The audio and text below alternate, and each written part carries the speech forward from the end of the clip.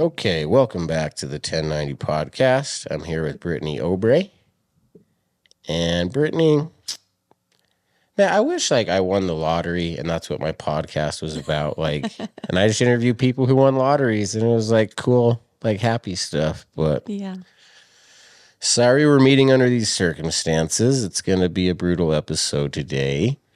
But thanks for coming and showing up and willing to talk about a really difficult topic. So thank you. thanks for having me. Yeah, well, let's do this. Before we read Dexton's obituary, I just pulled up, I was just thinking about your story. So I just kind of Googled random statistics about suicide. Mm-hmm. I'm just going to read them in the intro here. Is that okay with you? Yeah, for sure. Okay. And then we'll get rolling. Okay. The age-adjusted suicide rate in 2022 was 14.21 per 100,000 individuals. In 2022, men died by suicide 3.85 times more than women. White males accounted for 68.46% of suicide deaths in 2022. Firearms accounted for 54.64% of all suicide deaths.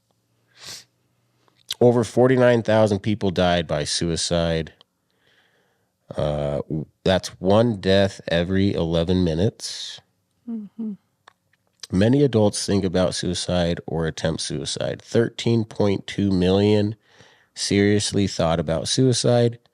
3.8 million made a plan for suicide. 1.6 million attempted suicide. Yeah.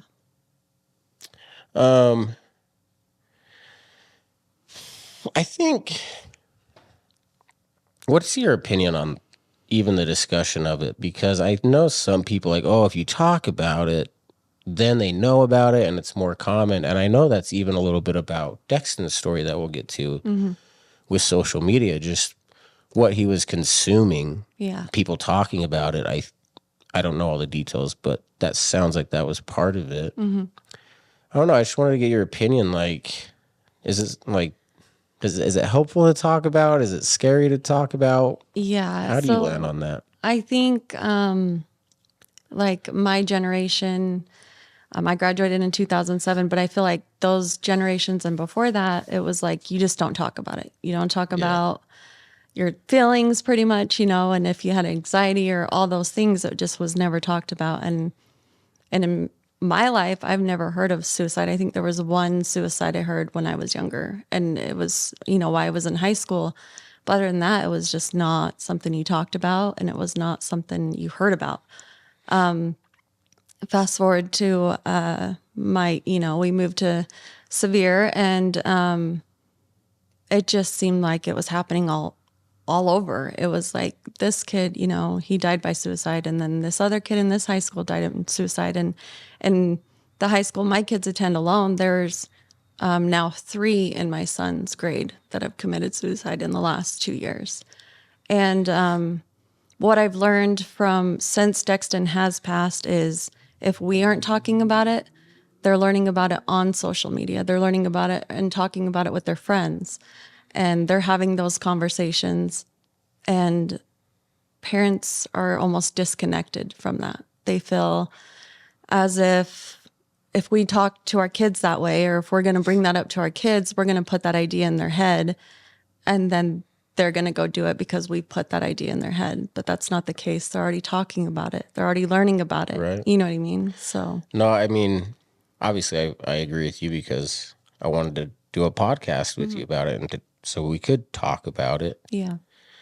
Because if you decide to talk about it, you have a little bit more control of the outcome and what's going to happen. I feel like if you just try to not talk about it, the opposite will happen. Exactly. And it's true with everything. Okay, in Utah, let's not talk about sex. Let's not educate our kids on sex. Exactly. And then let's tell them not to watch people have sex. Right. Right. I mean, yeah. What do you think they're going to do? Right. They're going to watch porn. Yeah. Because they that's what's going to happen. And if you're not having that conversation with your kid, they don't feel like they can come to you if they've made that mistake, right? Exactly. They don't have that open relationship where they feel like it's okay to come tell my mom that this happened or my dad. They feel like they have to hide everything. And that's kind of how my childhood was. It was, you just don't talk about it, you know? Right. So that was my goal with my kids, is just to have that open relationship. But I was not educated on suicide. I didn't know, I didn't know that this was such a common thing for kids to be thinking about. I just wasn't educated, and I don't think a lot of parents are educated. It's just kind of out of sight, out of mind for a lot of parents. And that's how I was until Dexton passed away. Yeah. So. Okay. I'm going to read the obituary. Dexton Obray, our sweet boy, was born February 25th, 2008, with a full head of thick, beautiful hair. And he did, like this picture, he's got the curly locks for sure. Since day one of coming into this world, he was full of love and smiles. If you knew Dexton, you knew happiness and compassion. His passions in life were his family and football, and he lived full-heartedly for these things. Starting high school was the next best thing. He was so excited for this next step in his life. Football brought him immense joy, and he loved his teammates fiercely. Our sweet, kind, gentle giant fought hard to stay here with us. Our hearts will never be the same. He has left an impact on so many.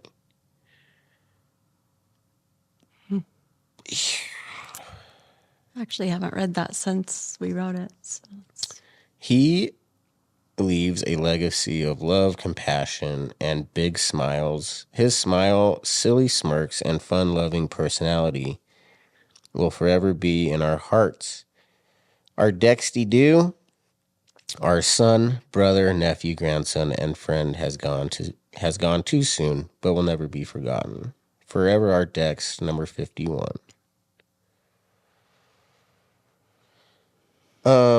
Yeah, who, do you know who wrote that? Do you even remember? I wrote it. Did you write it? Wow, I'm always impressed with people that were able to write it, because I was in zombie mode. I haven't read that or reread it since the funeral, and I was a zombie, but so I don't remember a lot of it, but I felt like I was the only one that truly knew Dexton inside and out. Maybe because I'm just that type of person. I'm his mom. Yeah. I've always been his protector, and so it was like I had to do that for him. But yeah. I felt that way when I spoke at the funeral. I didn't know how I was going to do it, but I just knew that I was. Like, there's no way I'm not speaking like I'm going to. It was just weird because, like, I just couldn't talk before or after that, but, like, for somehow you just kind of find the strength, I guess. It's so true, because I spoke at Dexton's funeral. Yeah. And there were so many people that came up to me afterward, and they're like, I don't know how you did that. I'm like, I honestly didn't. I don't know how I did it either.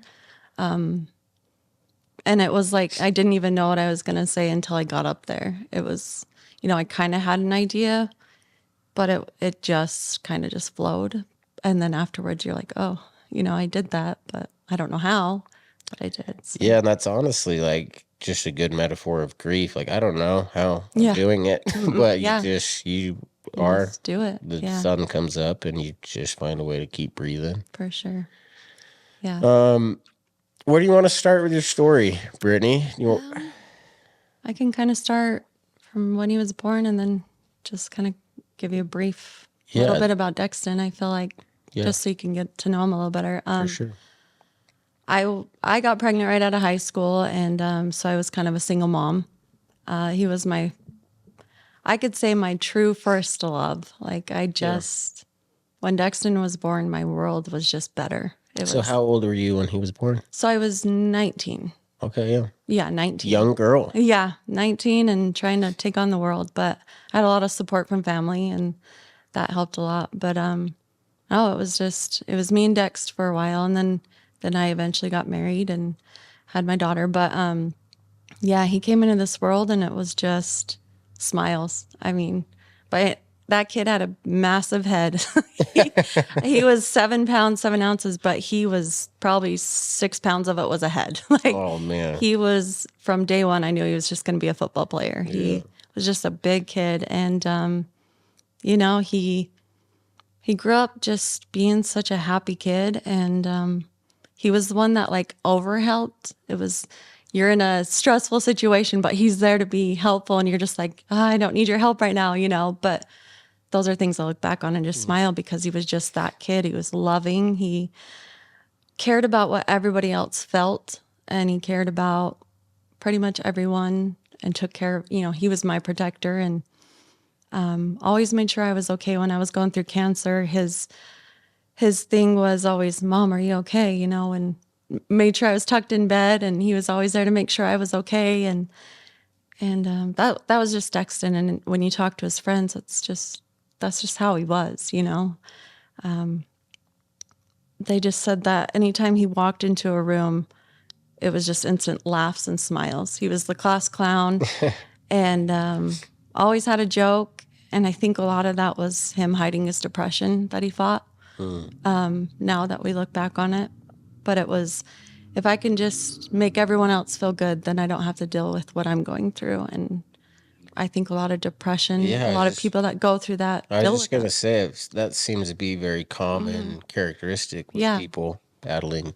A lot of people say he was the happiest person, you know, like anybody that's depressed. How? Yeah, there's this video clip that I like to post every now and again on the Instagram where it's like these two dudes going to a soccer game. Yeah. And one of them is just so sad and the other one's just energetic. And you can tell like it's about depression or something. And it's just, as the video goes, it's just clips of them showing up to all these different soccer games over the years. And then at the end, the happy, energetic one isn't there anymore. Yeah.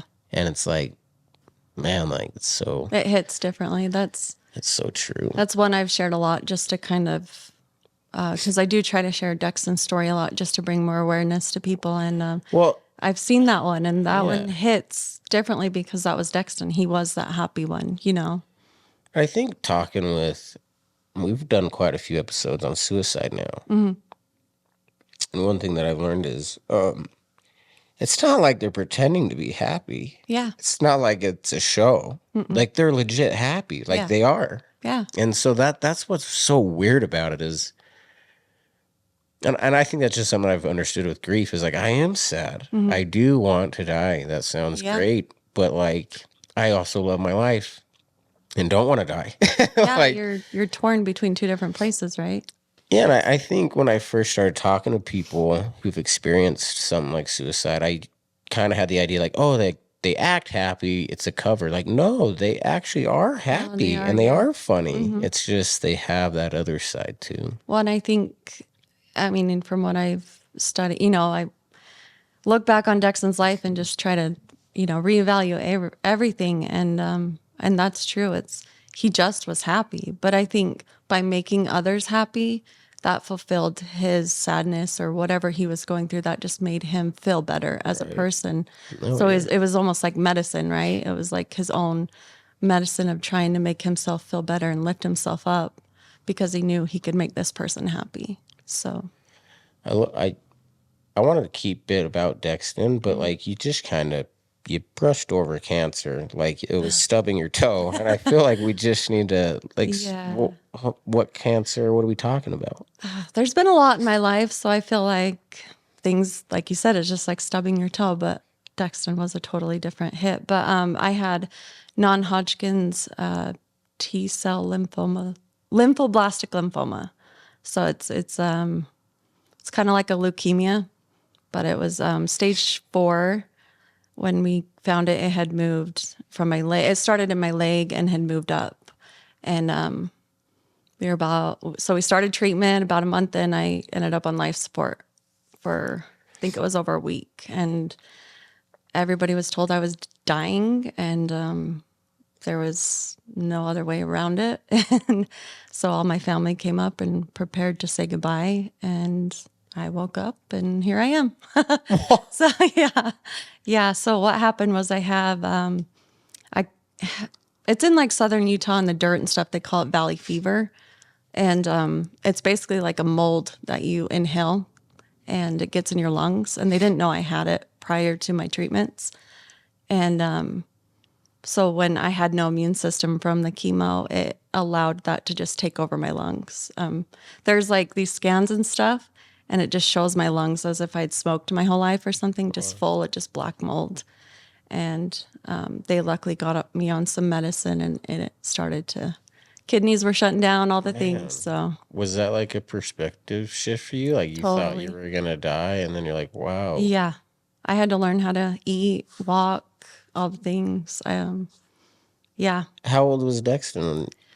He was, so I got it in, gosh, he was probably a 9, 10. Oh man. Yeah. And he was just there for you. He just always, every time I'd come home, he was there helping me through the door.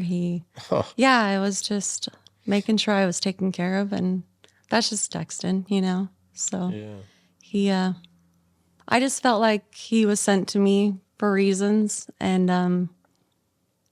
I don't know, he just took care of me. He was just my protector. That's how I felt.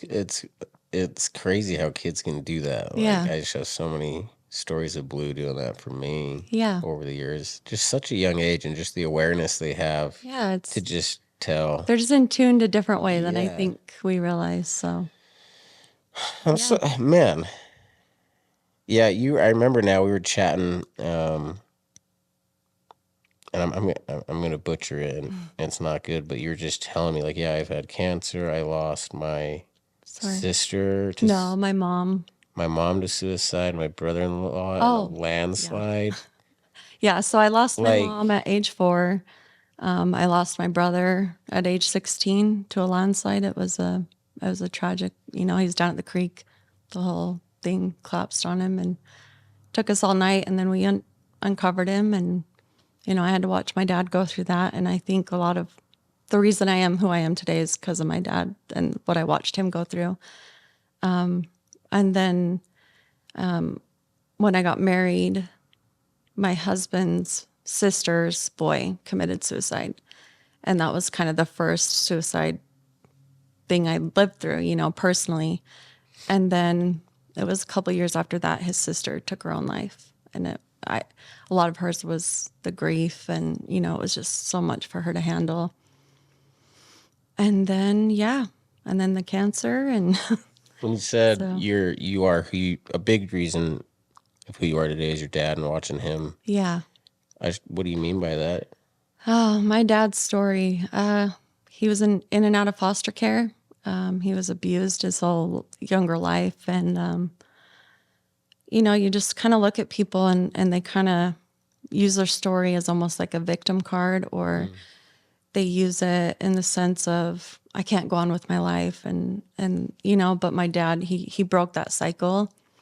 And then his wife died, and then his kid died, and then his mom died. And, and just watching how he held his head up and helped us through it. It was like, how do you do it? I never understood how he did it until I went through similar things. And now it's kind of a 360, a full 180 or whatever they say. And I just have a whole different perspective of my dad now. It's like, how did you do that? But the way he handled it and is able to help me go through my things now is just, I just look up to him. How are you still here? You know what I mean? You hear people taking their lives and stuff, and you're just like, how could your life be that bad? And then you see other people that have had tragedy after tragedy, and they're still here. But everybody's brain is just so different, I think. So What do you think of someone in the family commits suicide? How do I even phrase this? Does that make it more likely for everyone else in the family to think about it more or to do it more? Or what are your opinions on that? You're more aware, I think. I worry a lot about my nieces and nephews. I worry about my kids now, but I don't really know that. I don't feel like maybe I feel like it's less likely because seeing how much hurt and grief that has caused they kind of almost rethink. You know what I mean? Yeah, like it could cut either direction. Yeah. Like, Yeah. yeah, it's hard to say. It's really hard to say because some people might take it way harder, and that might be their final straw. You know, you just never know. I think that's a really good answer, and probably the correct answer. Yeah. It's just different for everybody. And that's one thing I've learned with grief is my story is my story. And, you know, we just had someone recently go through, one of Dexton's friends actually just died of suicide a couple months ago. And we went to his funeral, and, you know, I can message the mom and the dad and say, hey, you know, I know exactly what you're going through, but I don't, because maybe their bond or their relationship was totally different than what I had with Dexton. And their grief is going to be a totally different grief than mine. So the best thing for me to say is, I know, you know, I've been in your situation. I know what you're kind of going through. So I'm just here to listen. Yeah. Because what she's feeling is probably something totally different than I am. So everybody's grief journey is so different. Such a loving answer. Like just a good, humble answer. I'm going to try to not ask so many questions now. So let's get back to Jackson. You got through the cancer thing. Yeah. You guys are growing up. Back to the story. Yeah, I think, and I'm glad you asked about the cancer, because I do think that affected Dexton in a lot of ways of later on. So there's a lot of things, but I do feel like the cancer played a part in his depression. He did come to me one time and just said, I felt abandoned, because it was like we were just trying to survive. I was just trying to survive for my kids. You know, I didn't want them to go without a mom. Sorry, I'm going to get emotional, but because I didn't have a mom. She died of cancer, and I knew what it was like, you know, and I knew that if I died, Dexton would be taken away, you know, and have to go live with his real dad. And I didn't want that for him. So we had talked about it, and that was part of where he felt hurt, I guess. And so I carry that with me a lot of how I could have handled that differently. But I think his main thing was social media.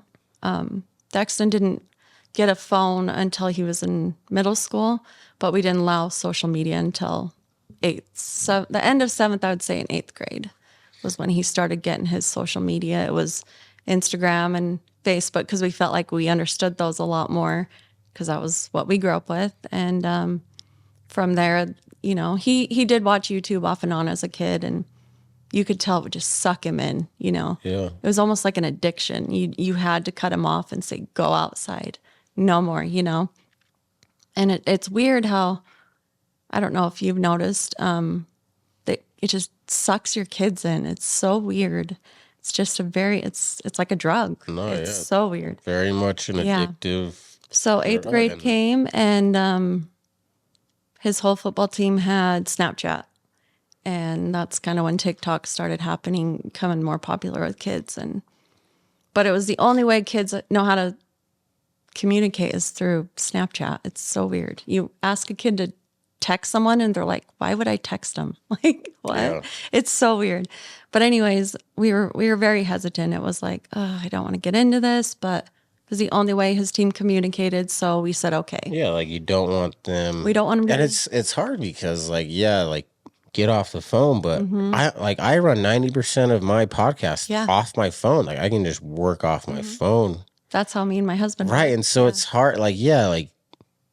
I want my kid to understand how to use technology, but you need to go get the sun on your face. Right. And not you need worry to go about, be a kid, right? Make the memories and kind of aren't real. Like they're just floating around on this social media thing. Well, and that's a lot of the kids' perspective. They watch YouTube and think their life has to be that perfect dad and mom play with you 24/7 type scenario. And it just gives them a different idea on how life is. I think alters their perspective of what real life is. But yeah, Dexton got so Snapchat, and then it slowly led into begging for TikTok. And that was hard for us, because we look back now and we think if he hadn't had that stuff, he'd still be here. But you could, if you look back on his pictures and videos, you kind of see his light that he had, his brightness, his happiness kind of diminishing over time. And yeah, TikTok was a hard one for us. It wasn't necessarily like bullying. It was more of just the content he was consuming day to day. No, Dexton was never bullied. Like, okay. never. I mean, he stood up. There were stories that people would come and he'd stand up to the people that were being bullies, but he never was a bully. I mean, everybody in the school was his friend. He made friends with everyone. So it was never, that was our first thought, was like, oh my heck, did something happen, that we didn't know about? And yeah, so there'd be hours in his room where we'd be like, where the heck's Dexton? And we'd go in there and he'd be on YouTube, and then you could just tell for days that his whole light or demeanor was just off. Did you ever like lose interest in football or any of that? No. So freshman year, he was actually getting told he would have started varsity as a sophomore. He had just, so he loved it. It was his social time. It was just everybody on his team. He just loved everybody on his team. It was like his life. And yeah, nobody even, because that day, even his friends were like, he was just so happy. We stood there because my husband went to go pick him up that day, and they're like, yeah, he was just laughing, and, there was nothing different that we could say, As a mom, I could say that I did notice he was pulling away from his friends a little bit. I just felt like he was kind of isolating himself from friends, which I know now is a sign, but I didn't know then. Yeah, I'm sure the hindsight you have now is just, you can't even turn it off. I'm sure you just play the what if game and every day, all the time. Every day, yep. Yeah. But yeah, it's it's a hard one because you look, like you said, you look back now and you're just like, what the heck? Why did I not see that? But even every one of his friends are like, we just didn't know. There was no signs for them. I had come up north to pick up my daughter from the airport, and my husband took him home after football practice, and he was happy. He was meal prepping. He had done a Halloween party 3 years in a row, and he was just looking forward to that. He was so excited that all his friends loved Carl, who's my husband, and he told them, it just makes me so happy all my friends just love you. This is the fun house, and we have a pool. And so they all come over and swim, and we just have fun on Halloween. It's like a Halloween party. And so he was talking about the future. It wasn't like, to us, he was meal prepping, all the things. So there was no for sure sign of like, oh my gosh, he's struggling. And then we came home, and me and him had a moment where I was chasing him around the house, and I had a bad hip, and so I couldn't run very fast. But so he'd tease me about that, and it was just kind of almost like my soul knew he was leaving. Now that I look back on it, it was just kind of like our souls knew what were coming. So we had that one last little. It was it was just kind of that last moment, and then that night we have a time limit on our kids' phone, and it goes off about 10:30, and they can't get on the internet or anything. Their phone's kind of shut down. And he came into our room, and in my head, he's standing in the doorway, and he puts his arms up on the door like that, and he's just like, I need more internet. I need more time, and we're like, some night, most of the nights I'm like, okay, 10 more minutes. But that night I was like, no, you don't need any more. You need to go to bed. And I look back now and I wonder if I had given him more time, if it would have helped. But so we all went to bed, and the next morning we have a Google. So we say, hey, Google, good morning. And it turns on the lights in our kids' rooms and wakes them up for school. And usually they're up and ready to go. And we had sent my youngest daughter had slept in our bed that night, and we said, okay, go wake up Dexton. And for some reason, she just opened the door and walked by. It was almost kind of like divine intervention, I guess, And so she didn't see anything. For some reason, my husband just shot up out of bed and went down to go wake up the kids that morning, and that's not normal for him. And he had went in Dexton's room and saw him. We had a swing in Dexton's room, and he had used the rope from that swing. And we have a video in our hallway, and I watched that video over and over again, and it shows him coming out, shutting the door, and he's just like in shock. It's just like you could just see it on his face of like, what the hell am I looking at? Like, what just happened, you know? And he just is kind of stuck there like, what do I do? I can't tell Brittney. What do I do, you know? Because you don't know. And so he comes down the hallway, and I'm just kind of laying in bed still, just kind of laying there because I'd been tired from traveling the day before. And he's like, Brittney, he did it. And I said, what? What are you talking about? And he's like, Dexton, he did it. And I'm like, no, shut up. No, he didn't, you know, like, no. And I jump out of bed, and I'm going down the hallway, and I'm just like, no. And I go in his room, and he's just there, and I just start screaming. I'm just like, Dexton, no, you know, and I had fallen back out of the room and to the other room, and I'm just screaming. And the only reason I know this is because I kind of watched the video of kind of what happened, because it's such a blur. I don't remember anything, you know? And I'm just screaming, Dexton, no. And then you see my girls come in, and they're like, what is going on? And I don't remember much after that. It's kind of a blur after that. My husband had called 911, and his parents live right next door. So I told my girls to go next door but other than that, I don't remember much that day. But I do remember, like, in my head, it was, Mom, I'm so sorry. I'm so sorry. I didn't mean for that to happen, you know? And I don't know why that kept going in my head, but I just felt almost like it was him saying, I didn't mean for it to go that far, you know? So, yeah, no note, no anything. So in our heads, it was never a plan for him to go that night. He never meant for it to happen that night, I guess you can say. I think that's another thing that I've learned is I used to think like if someone ended up doing something like that, they were thinking about it forever and they were planning it forever. And like, I think it's much more in the moment than we realize. Like, Yeah. and maybe not even in the moment, but just like experimenting with it. Yeah. And not knowing. And yeah. I think that happens too. In Dexton's case, we were desperate. It was like, what the hell? You know, it was like, no explanation. You can't find anything on Snapchat because everything's erased. And so we started digging, and the things we found on TikTok, the videos we found, they're horrendous. They're videos of telling him he's worthless. No one cares if he leaves this world. Showing him how to kill himself.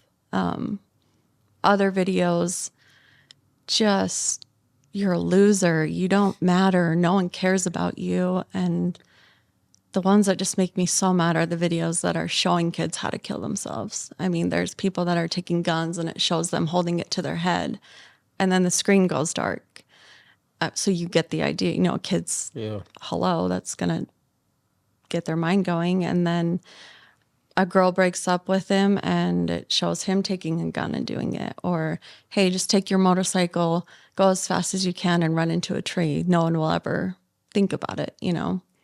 And just the things that he had to watch and then just think that was meant for him. Like, he felt that he was worthless, that no one cared about him, and he couldn't reach out. He didn't ask for help. He didn't ever tell us that he was struggling. We did. There was one time, if we go back a little ways, he'd gone down to his dad's house and he had sent me a text, kind of like it was almost like a goodbye letter, you know. It was weird. So we had got him home and talked to him, and he just said he was really angry. He just was really mad at something that night. And so that was his thought.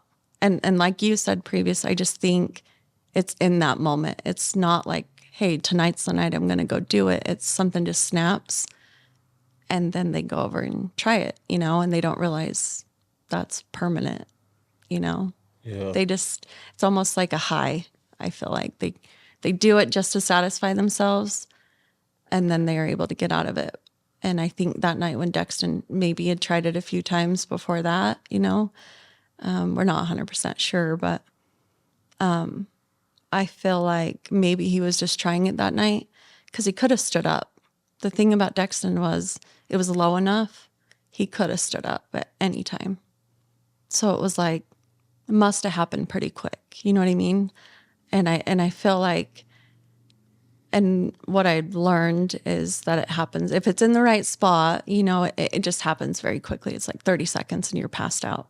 Right. And the rope was just behind his ears. So if he was to fall, it wouldn't allow him to fall out of it. So it was just like freaky how everything lined up enough for him to just, I don't know. It's, yeah, it's a lot. There's so many emotions that I can't even imagine. Is it anger and sadness? Is it, what kind of consumes you emotionally about the whole thing? And in Dexton's case, we learned that that night he was texting a girl and had come out and said, hey, I like you, and they'd been friends for a long time. And we'll never know the true story because obviously Snapchat erases everything. But apparently she had said something to the effect of, whoa, I'm taken back. Like, it was never anything mean. It was never anything bad. It was just, whoa, like, let me think about this for a second, because she was taken off guard. And because of what he's being fed by all these videos and things on TikTok, he instantly gets into that anger of no one cares about me. No one loves me. No one wants to be with me. I'll never have a girlfriend. And to him, that was the end of the world. You know what I mean? And I just don't think kids know how to cope nowadays. They go through something hard like a breakup or a girl saying no, or they just think it's the end of the world. And that's kind of what they're taught on social media, I feel like. Your life's over, And he did, for about a year, he was going through the hormonal change, of puberty. And we just chalked up a lot of the anger or kind of that depression or sadness up to puberty. It was just like, he's going through all the changes. He's trying to figure out his life and his path. And with puberty comes the highs and the lows. But I think when you fight depression and stuff, I never understood depression. My family never had depression. It was, you don't talk about it. And, but I think the more I learn is when you're depressed, you can go from a high of being told you're going to start, varsity football to a girl telling you, maybe not. And then you just hit rock bottom. So you go from that high to straight low. There's no in between. And I don't think the kids that fight this depression know how to handle that. They aren't given the tools to handle that. So I think that's kind of what Dexton went through. What are some things like before Dexton and now that you've learned, or like you have a better understanding now in terms of grief or suicide? Or so a suicide, like I said before, I was not educated. I was always the mom that was like, if I talk to my kids about it, that's gonna be putting it in their head, But I've learned that kids are talking about it. TikTok's showing them how to do it.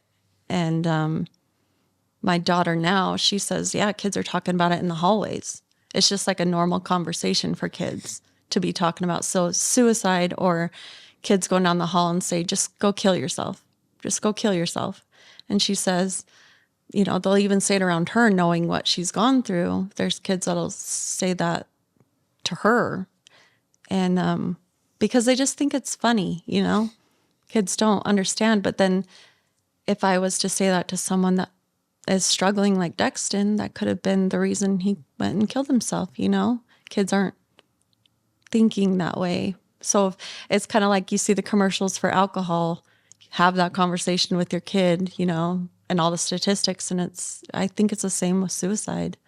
I think if I had known all the stuff I know now, Dexton would still be here as well, because I could have had more deep conversations with them. And we learned that because we've had a few events at our house of, parents come and we learn together. And one thing I learned was you got to ask the hard questions. My daughter comes home, she's having a hard day or something. And I say, have you ever thought of suicide? Is that a thought that you think of often? You need to ask those hard questions, because if you're not, then who are they going to talk to it to, And I think that's just why it's so important to be honest. And like me telling Blue, like, I'm very sad and part of me does want to die and be with them. Like, that's a really heavy, hard thing to tell a 6-year-old, 7-year-old kid. But then, like, I think the payout is Blue's going to come home from school one day and tell me, like, hey, like, because that's what I did. Like, I showed him firsthand, like, and I think that's just why I think parenting, that's why I don't know, losing 2 kids for me, I've learned a lot about parenting, and I just want to have my kids be able to talk to me. Yeah. And I just think being open and honest is the best way to do that. And that's what I learned with therapy. The reason I started talking to my therapist, Matt, is he talked to me first. Yeah. Started crying and talking. And then I'm like, and then I joined in. Yeah, you felt safe to do that too. And it's weird because I guess with the podcast, the whole idea is just try to normalize this idea of being vulnerable and being honest. And it's so, I mean, the story of your son is he's watching content of them normalizing conversations of killing yourself. Yeah. And so, like, it's just so weird to me because I feel like I've learned the power of trying to normalize things and trying to have a conversation about it, and to watch something so terrible be used in the same way it's scary. I don't know the best word for it, but it's disheartening for sure. I mean, there's always good to everything, but then there's also going to be something, bad that comes from that as well. And it's perspective. It's how you go about things. You can take the high road or you can take the low road, or you can look at it this way or look at it the positive way. And I think, and we're actually a part of the big lawsuits that are going on with social media, because there's so many parents out there that are like us, that believe that if their kids didn't have the social media and weren't targeted, because once you start, if you notice, you start viewing things on Instagram or TikTok, algorithm. You just start getting more videos about that. So Dexton going on there and being sad one day and watching a few sad videos, now he's targeted, and that's all he's getting in his feed. And if you're being told that for a year, you're going to start believing everything. All that is what now you believe. And so now we will not let my younger girls have any social media at all. And we actually were a part of the passing the law here in Utah about the Social Media Act. And we had to go up and testify on that, and just pushing, because I feel like kids don't even need social media right now. And 16, I feel like, is an okay age, even though I still feel like that's kind of young, but their brains are developing, right? They're not fully matured and developed. And I feel like they're so easily persuaded that social media has that big effect on them, and it could be for bad reasons like Dexton. And the fact that it went that far and he took his own life is just still 3 years later so unreal for me. I never imagined I'd lose a kid, let alone to suicide. It was. How would you explain losing a kid to someone? Losing a kid to suicide? Or just in general. Or just losing like a just kid? The loss of a child. Yeah, so earlier I said I've lost so much in my life, but I'm gonna cry. when I lost Dexton, I was lost, I guess. I've never felt such a broken heart. And I truly thought I was going to die of a broken heart. I literally thought like physically was going to die because of my heart was so broken. And it was so hard because I felt like I couldn't grieve the way I needed to because my husband was grieving in such a different way. And it caused a lot of, tension. But I also had to be there for my kids because now my daughter, that was her best friend, In our family, we have 6. So it's, 2, 2, and 2. And Dexton and Brittney, they were there too. It was her better half, and she lost that. And so I had to be there for her and I had to be there for my 2 younger kids. And so I don't know, you're so broken, yet you still feel like you have to put on a good face and be there for everyone else. And so you've never really allowed yourself to feel. But it was every night when the lights would go out and everything was quiet. It was, you were just waiting to hear Dexton's voice down the hallway or trying, wait. You just thought he was just going to walk through the door or something. And so everything just goes through your head and you relive that day over and over and over and over again. And I can never describe, I think, losing a kid because it's so unfathomable. I think knowing now what my dad went through, it's like, holy crap, how did he do that? And but I just feel like everybody grieves so differently, but losing a child it's undescribable, I think. And I never understood depression until I lost Dexton because now I deal with depression and there's just days where I don't even want to get out of bed, but I can't. I have to get out of bed. Like my depression's weird. It's not that I sit in bed and just grieve and everything's just sad. I have to depressed. Yeah, I have to. It's almost like I overdo it. I have to just be going and keeping myself busy. Or I'm afraid if I don't do that, I'm just going to die. Like you're torn too, we talked about that. I feel like I so badly want to go be with Dexton. I mean, it's a thought every day. Like, I just miss him so much that you just feel like it's easier just to go be with him. But then you have your kids here that need you more than ever too. So you're just torn every day, with those, trying to navigate those feelings of, gosh, yeah. The mask you have to put on to be strong. In public, yeah. How often does that get heavy and you just get sick of that? Yeah, I feel like for the first year it was kind of a blur, but it was you'd go in public and you just put on this face of, everyone's like, how do you do it? How do you do it? And you're just like, I'm just faking it. To be honest, if somebody truly came up to me and grabbed me and said, how are you doing? Like for real, because everyone's like, how are you doing? How are you? Are you doing okay? Yeah. But it's never that like, no, how are you doing? I think I would lose it.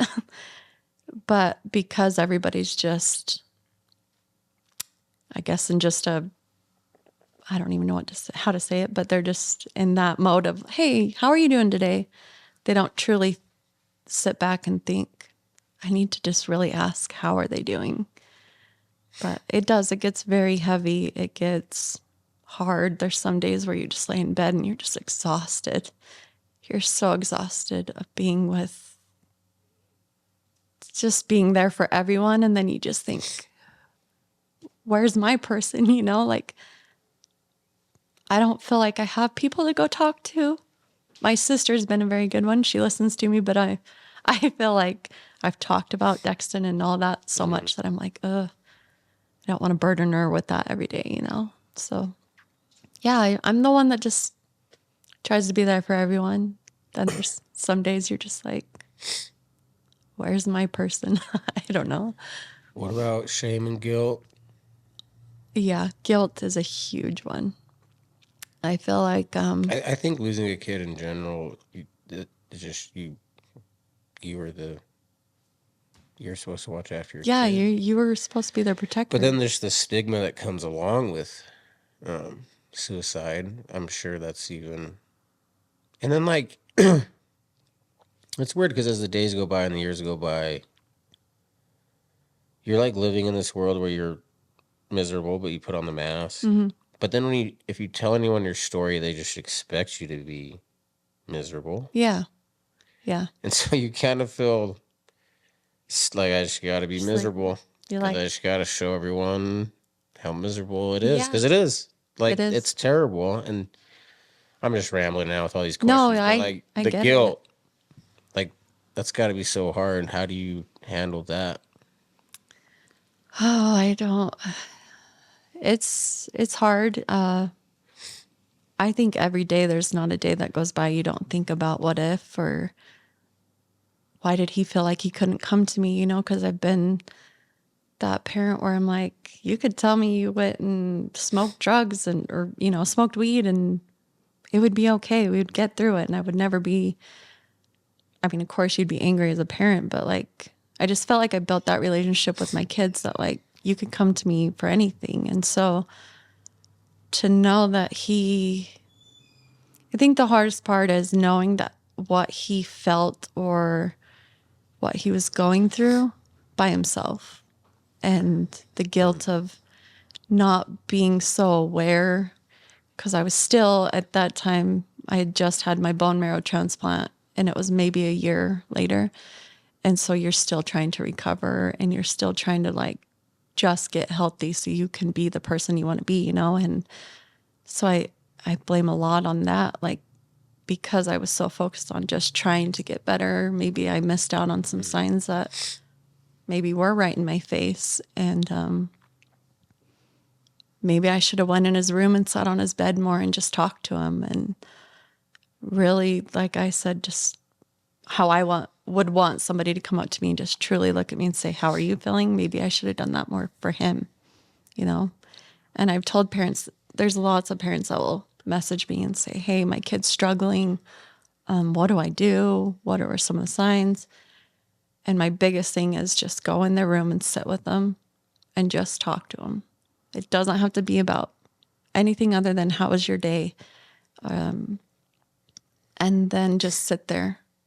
And if you do that more consistently and you do that more for your kids, then they feel more secure and more like they can come talk to you, that you are there for them, because that is something I wish I would have done with Dexton. I think the guilt for my husband now too hits a lot more than it did in the beginning. Everybody's grief stages are so different. Everyone handles it so differently. My guilt was more in the beginning, where now my husband's going through it 3 years later, and yeah, it's heavy. It could eat you alive. Do you know you're a good mom, or do you have like that negative self-talk where you just belittle yourself constantly still? I've never been like, I'm the greatest mom in the world, but I try my hardest with what I know how to do. And when Dexton passed away, I don't feel like I'm the best mom now. It weighs a lot on you. You just feel like you let them down. And as a parent, you shouldn't let your kids down. And so I deal with that a lot. And, when I see my kids go through things now, even now, you still like, you just want to make it better, but you know that they have to go through it to learn. But at the same time, you just feel that heaviness of, if I would have been a better mom, Dexton would still be here, So yeah, it's a part of it. It sucks. You doubt yourself every day, but what parent doesn't sometimes, I guess. But When you first saw Dexton, and you fall back into the other bedroom, and you hear Dexton, "I'm sorry, Mom." um, I don't even know if this is appropriate, but Yeah. I I think it was. I didn't think he meant to do it, and curiosity or whatever you call it. Watching all those videos, he just wanted to see what it was like, maybe, Yeah. and he made a mistake. And I think that's what I think you were talking to him. I think that is what he was saying. Yeah. Do you think is that how you see it? Yeah. So it's funny. That's just something I heard for that whole week. You know, it was just like him in my head saying those things. And it was about, I want to say like a month or two later, some friends had told me about, she's called the Salt Lake Medium. I don't know if you've heard of her or not. But I've always been skeptical of mediums. It's just kind of like it's all fraud, you know. But I was like, I needed answers. I needed something because there was just no way my life was going to go on. It was, you know, and so I got tickets, and me, my sister, and my stepmom and dad went down, and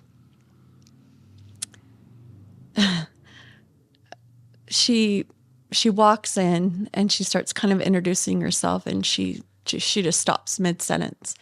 And there's two aisles and then the row, and I'm literally sitting in the back, but I'm right there. And you can see me if you look down the aisle. And she just looks right at me and she goes, I'm getting like a Richfield area, you know, someone from the Richfield area. And at that point, I'm like hyperventilating because I could feel Dexton.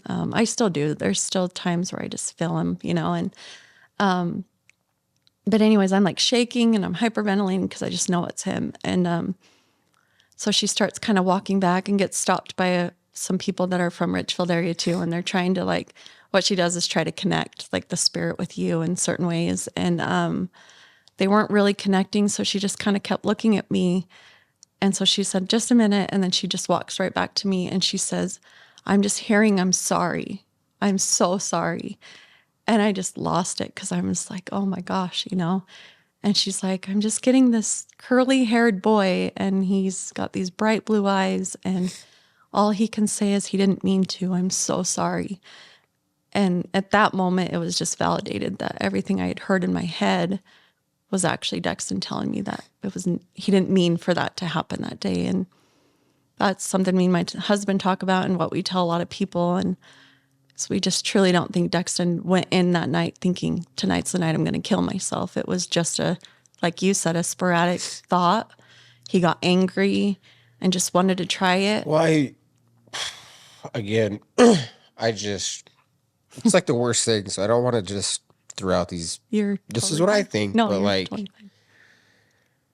I think like it could even be like a drug, like a rush, like the rush of it, like you're close to death. 100%. And so like, I don't even know, like he could have been happy that night and was just trying, you know what I mean? Yeah. Like, and that's the hardest part is not and it knowing. Sounds weird. It's a weird conversation, but like, there's so many levels to it. Well, it's true though. Like, I think he had tried it a few times. I had that thought too. Yeah. Like, how many nights did he do that and was fine? It was just he woke up the next day and life that was. And I just don't know if that's even something to be said. But no, like, we talk about it all the time. I think about it. That thought crossed my mind. I'm like, I bet he used that because when you said he could have stopped at any minute, I'm like, I'm sure he has. Yeah, he didn't expect.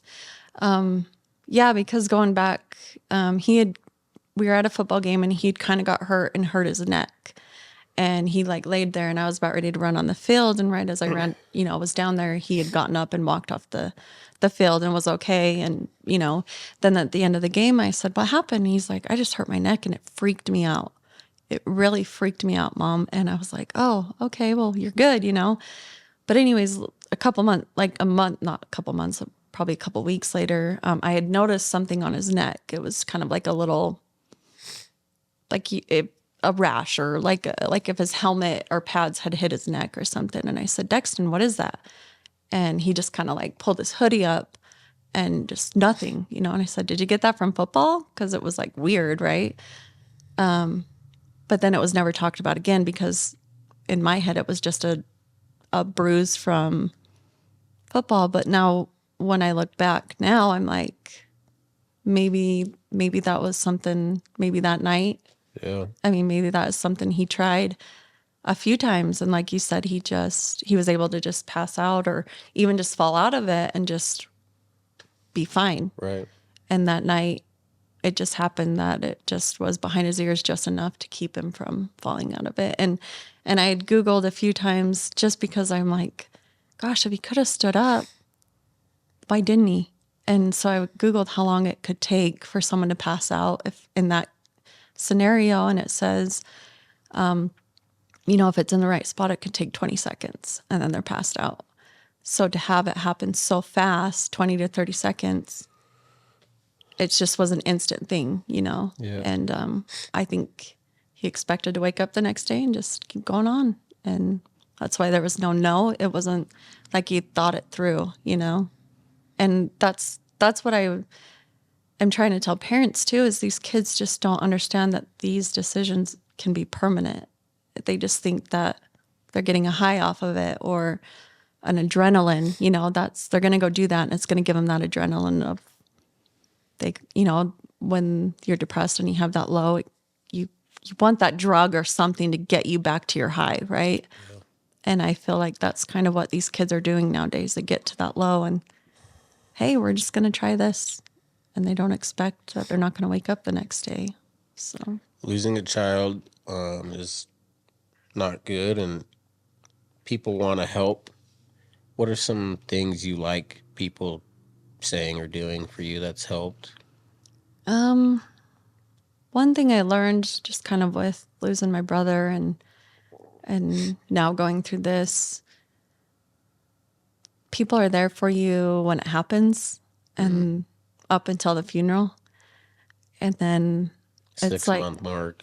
Yeah, well, it's even like a week after the funeral, you just feel like you're there and you're watching everybody just go on with their life like nothing happened. Are you going back to work, Brittney? You're like really? You're at a dance competition? Good, and you're just stuck here and you're just like, well, what about me? What happened to me? And so I feel like now when people are going through, like my friend that just lost her kid, Jackson's friend, and my biggest thing is I want to be there for her after it all. There's so many people there for you before, while it's happening, up till the funeral, and then you're just left with nothing. And I think what matters the most is being there for the people after when everything goes quiet, I guess. Does that make sense? No, yeah, for sure. I think showing up is usually what I tell people. Just keep showing up. Just show up and be there, check in every now and then. Yeah. I always liked it when people just man, this is awful. And the people that just try to make it okay, I just, don't tell me this is okay. Yeah. Because it's never going to be okay. The biggest one is it'll get easier. Yeah. No, it's 3 maybe years for now. you. Yeah, maybe for you. But no, it's been 3 years and I feel like it's harder now than it was at the beginning. I mean, how old he'd be? He'd be a junior. He'd be a junior now? Yeah. They just had their junior prom too. And so you're just sitting back like, there's another gut punch of what if, and then you just watch who would he be going with? Your other kids, when they do anything, you're just, your mind just, he should be here or he should be doing the same thing. Yeah. Yeah, there's all those. My dad always talked about milestones that hit him as, life went on. And I'm starting to see that now. It's, oh my gosh, next year, his senior year, we would have had senior night or graduation and all the things. And the thing about suicide in schools is since Dexton died of suicide, they're not able to honor him at graduation. They're not able to. Because they're worried more that would increase. They call it, they don't want to glorify suicide. So like if he would have died in a car wreck or if he would have died, riding his motorcycle. What's your opinion on that?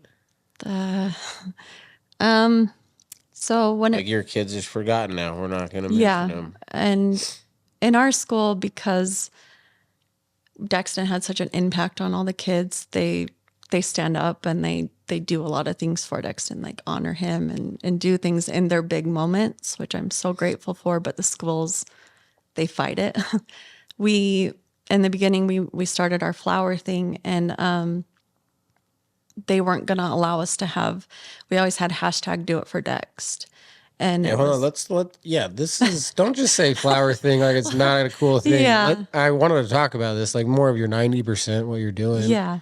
So yeah, what did you start exactly? So in 5th grade, Dexton noticed that all the girls that were left out on, like everybody gets a Valentine, right? A boy comes and asks a girl to, and he was sad because all the girls that didn't get one, it was sad for him to see them not get a gift, right? He's such a nice kid, man. So he asked us to get flowers for every girl in his class that day. And so we took flowers, and I have a picture of him standing up against the wall, like by his classroom door. And his face is just bright red because he's just so like, he's excited, but he's like embarrassed, like that 5th grade awkwardness. And so that day he handed a flower out to every girl in his class. Aww. And he said the best thing was just the smiles, of the girls. And that just kind of, parents messaged us and said how sweet it was. And that just kind of stuck with us. And then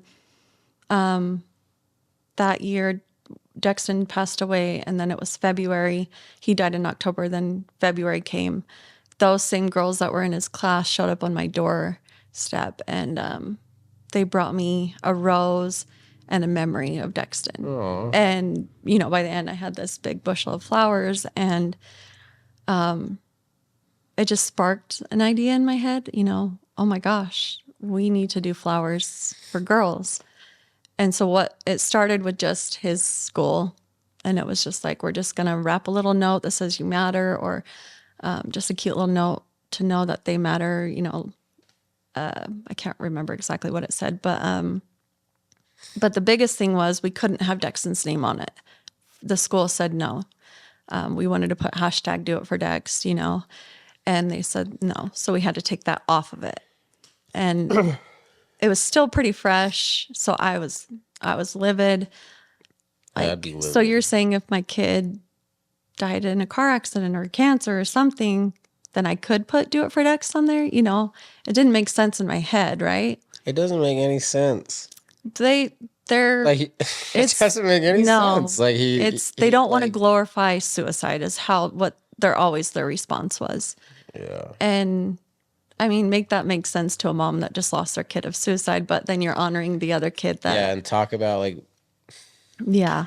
They're just gonna keep happening, right? Because you don't want to talk. Well, and that was our biggest thing is because the big thing about after Dexton died was they allowed them to have a day, right, where they could come and talk, and then it was like the next day, no more, can't talk about it anymore. The football team, they all came because we made it to where if any of the kids are struggling, let them come to our house. We'll talk to them. We've just made it that way in our community. See, like, it's shit like this that, like, this is why you should give zero fucks what people think about you, say about you. Because the minute you die, they're moving on. Right. They're not going to care. Yeah. And so stop living a life for these people that don't give a shit about you. Right. And that was the hardest thing for me because it was like, his whole football team is grieving. They don't know how to navigate this, and you're not going to allow them to talk about it. He was a good kid. This story he did with the flowers is a true story. Yeah. It's not like he gave these girls flowers. It's just Dexton. This is his name. Put it like I'm getting mad now. So we went to the school board. We were pissed. We were like, try to make this make sense for us. Why? It's not like we're going to put Dexton on a pedestal and say, do what Dexton did. We're not saying go take your life. We're saying live life like Dexton did. Right. Live your life to the fullest. And when you live life, just live a little extra for Dexton, and that was kind of being the message that we were trying to get out. And also, if you're struggling, reach out, And so we always included the 988 and all the things on there. But it was like, it just didn't make sense to us. It was just so ridiculous. And I mean, still not much has changed, but. Well, that's not true because you guys have been getting into schools though. Like, well, it's grown. With other schools. So it's funny because then we continued to do the flower. We did the whole school that year. And then the next year, it went big. Like there was a TikTok I'd made and it went viral. Nice. People were asking how they could donate. Nice. And then I'd posted it and I just needed a few $100 more just to get into another school. You know, I just wanted to get into a couple more schools and do it from there. And then KSL had done a story on us and we thought that would help. But this year we did 19 schools. So we were able to go into 19 schools. Cool. It was so much work, but we did it. But his school still, every school we took the flowers to, okay, tears, everybody just sent us pictures. They told us how amazing it was and the whole story. And that his school, yeah, we took the flowers in there and no one really talked to us and no one's really said. The You parents need the name of the school. I'm going to egg it and toilet paper it. Yeah. No, the whole community is great. It's just when it comes to the school, I don't know if they're just more old school, like, because they do have an older administration. So their beliefs are not so up to date. I can't make sense of it, but they're still very like hesitant to let us do it in his school, but we just do it anyways. And this year I just made sure to not take anything because we did do it for Dext, and it's called Dexton's flower project now. So we have our little logo and stuff. So I put it on there. But no, I just imagine that's like just taking all these emotions and trying to funnel it into like a good thing. Mm-hmm.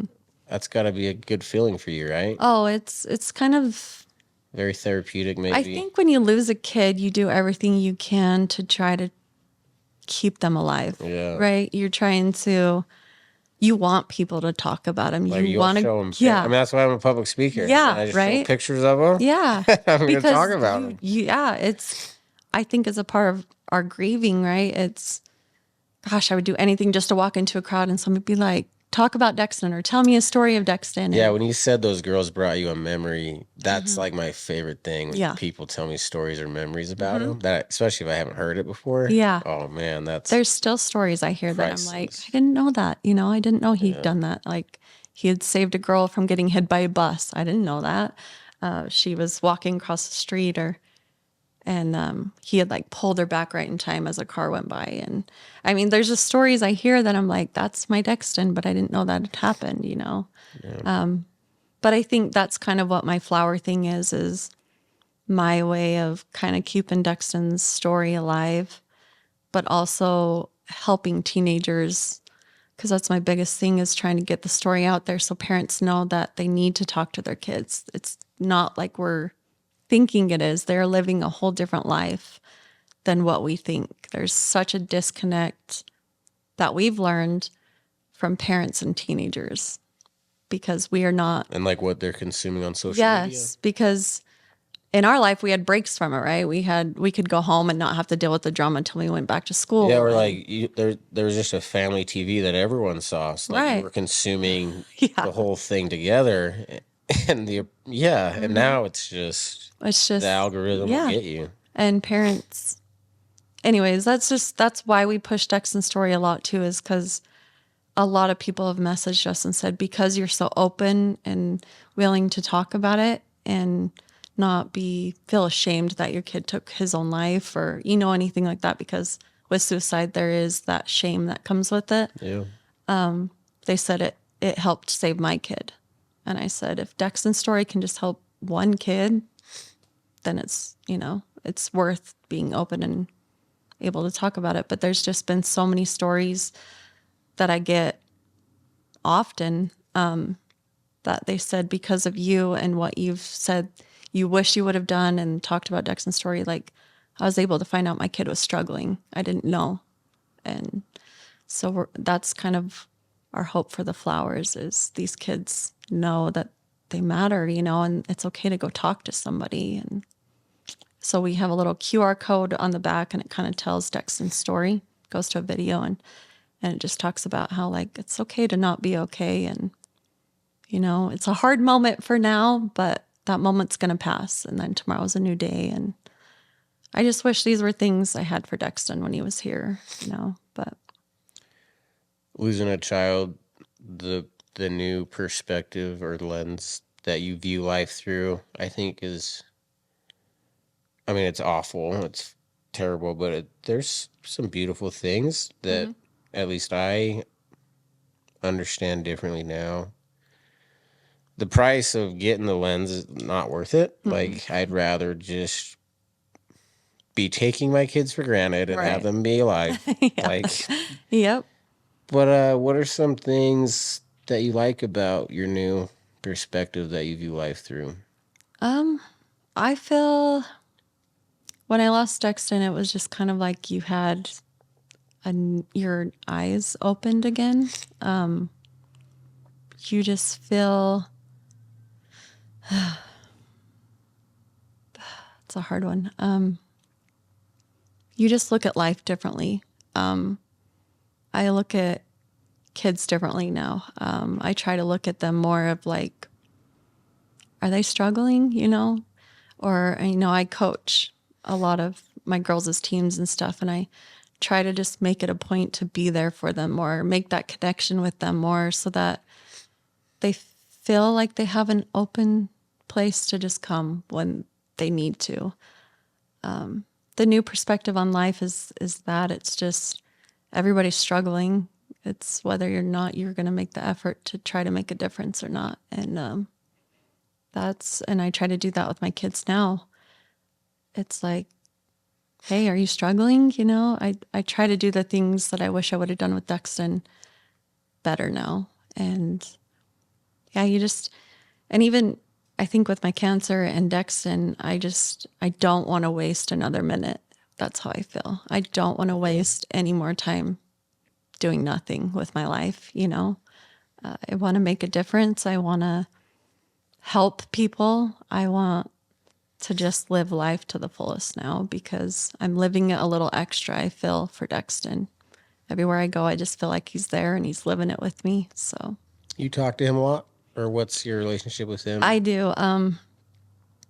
It's, just throughout the day, I'll just smile and be like, hey, bud, I know you're right on the way up here. I feel like the longer you go, you can go a little bit longer without having it be a constant thought. Yeah. But it's always a thought, but it's not as often. But on the way up here, I'm like, wow, I haven't really thought about this portion of the story for a long time. But yeah, I felt him with me, and I do every day. There's one time I was listening to a book called Signs, and it just talks about like when people pass, how they give you signs and stuff. And so one day it was stupid. I was like, okay, Dexton, give me a yellow bird. I was just like random, like yellow bird. And I was just kind of laughing, thinking it was funny. And I'd gotten home and we had the FedEx lady show up, and she'd gotten out of the car, and she was talking about how every time she drives into our yard, she just can feel Dexton, and she just was crying and just talked about how much like it has impacted her life. And so we were in tears. And so as she's pulling away, two birds, I shit you not, flew right by my head, and one landed right up on our roof, and it had a bright yellow belly.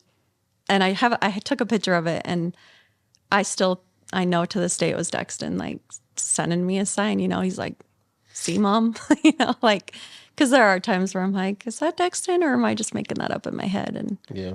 I do feel like when you have a child pass, the veil becomes a little bit thinner, probably a lot more thinner. And I feel like God has allowed me to feel Dexton more, talk to him more, and kind of I don't like hear a full conversation or anything. It's like I said, but I think the veil just becomes a little bit thinner because I feel like if it didn't, I don't think parents would be able to survive after losing a kid. I feel like it would not be something we could handle if it wasn't a gift given to us, not that losing a kid is a gift, but allowing yourself to be able to more close to that spirit, I guess. Yeah.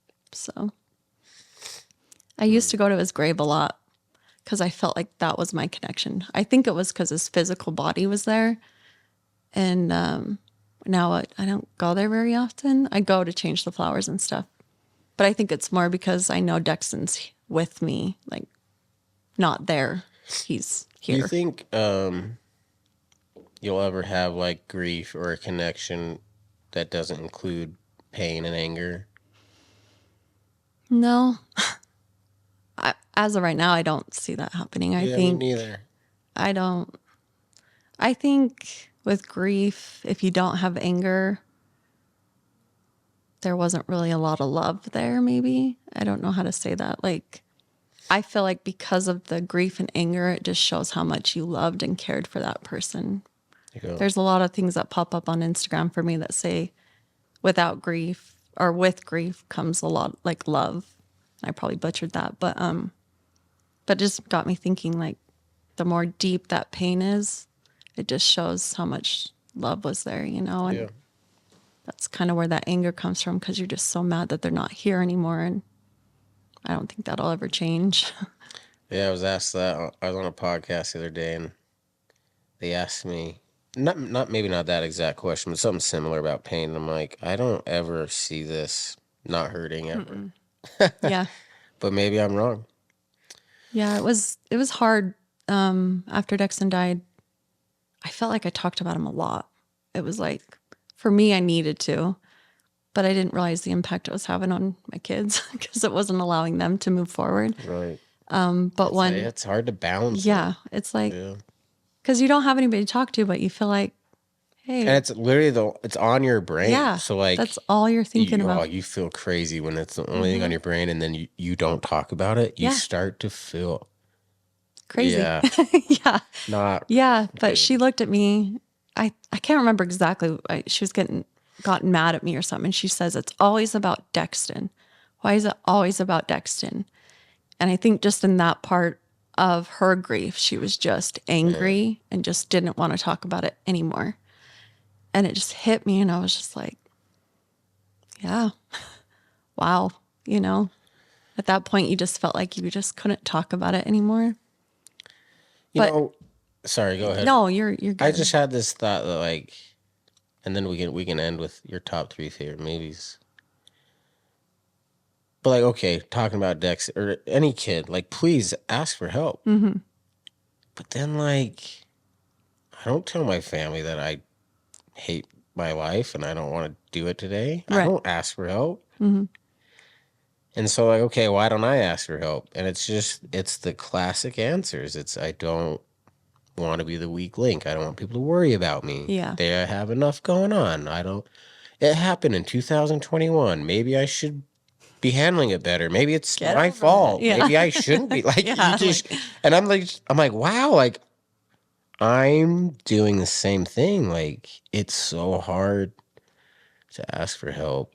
It is. It's so hard. It is. And I think that's part of Dexton's story and trying to teach these kids. And I know people will listen. I know people love me. I know they want me. And I just still like, it's hard. Yeah, because you're telling your kids you need to go to therapy. You need to go. I haven't even gone to therapy. And we're adults. Imagine being kids. Right. Like they're yeah. like, no, it's frustrating because we say like ask for help, but man, like we need to figure out how to make that easier. I don't know, but yeah, it's just, it's such a hard thing. I don't think is. people realize what they're saying. We're like, you just gotta ask for help. but It's hard. yeah. And I'm like you. I feel like I have to be that pillar for everyone. I'm that strength. So if I asked for help, does that make me weak? And like the other thing is, maybe I just don't want to feel those emotions. and well, for me, I'm gonna have to ask for your help a lot. It's not just like a one-time thing, Right. Like, so that's the other thing. Like, do you really like? This is a daily battle that I'm going through. Do you really want to join it with really me? Mean what you say, yeah. Because if you that's want the to other go thing. Like, down that road, like, it's not just a one-time meeting of help, and then Yeah. like I've been helped. It's like and like who wants to be helped daily and worried about daily like that? Yeah. That sounds terrible. Yeah. Yeah. There's days where I'm in my head, I'm screaming and punching things and yelling, but I just look like this. Man. But it's in my head.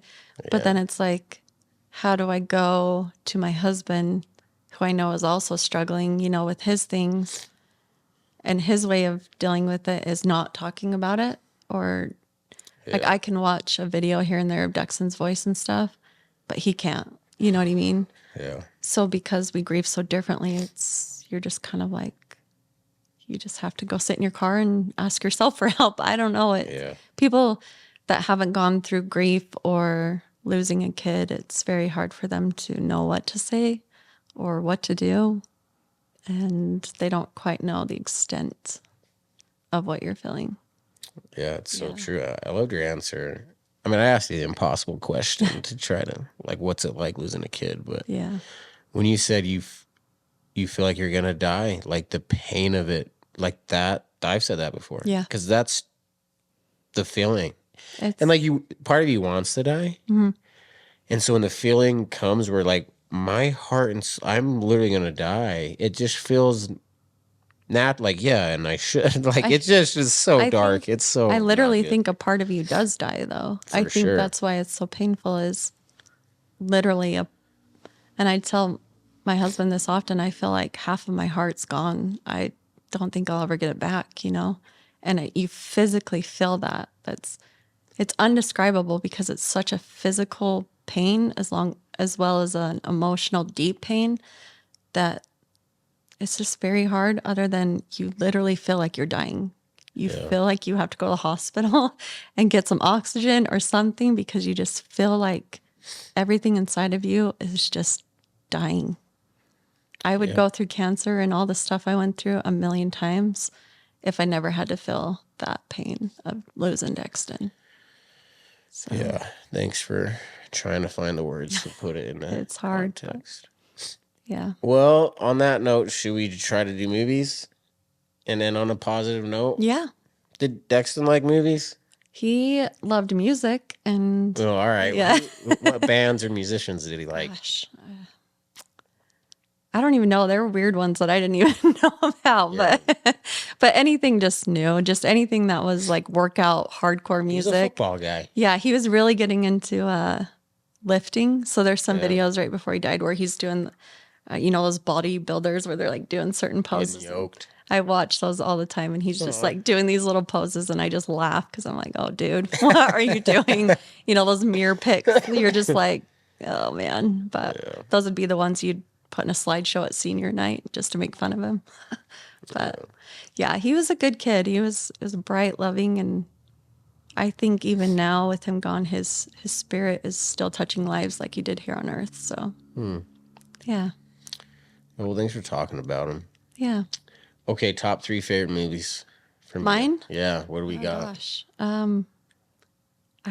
I know Ozarks is a series. Have you seen that? Freaking love that show. It's like Have you seen the commercial with Bateman pretending to be like Batman? Oh my God. I'm not a big commercial guy, but they're hilarious. Oh, really? I'll have to watch But no, it. I love I think Bateman does a good job in that show. I don't think I finished it. I still have the last season to go through. It's like my 5th time. We've just restarted watching it because it's like every time we watch it, it's like, oh, I didn't Me and notice Courtney love that show. It's probably why I can't finish it. Yeah. I'll just cry. Yeah. Yeah. Okay, good pick. Number 3, Ozark. Number 2. Geez, I don't know. This is probably sad, but I really liked the second Moana. I know that's funny, but like, wow, Ozark to Moana. I know, I'm like, that's probably crazy, but yeah, I don't know. It is crazy. I think hits differently. Moana 1 was better. You think so? I like Moana 2. I just like the songs better. Yeah, no, songs for sure, but I feel like maybe the second one, because where she dies, but then comes back and then has the grandma and her whole family there to like. It's good. It just hits different. I don't know. Yeah.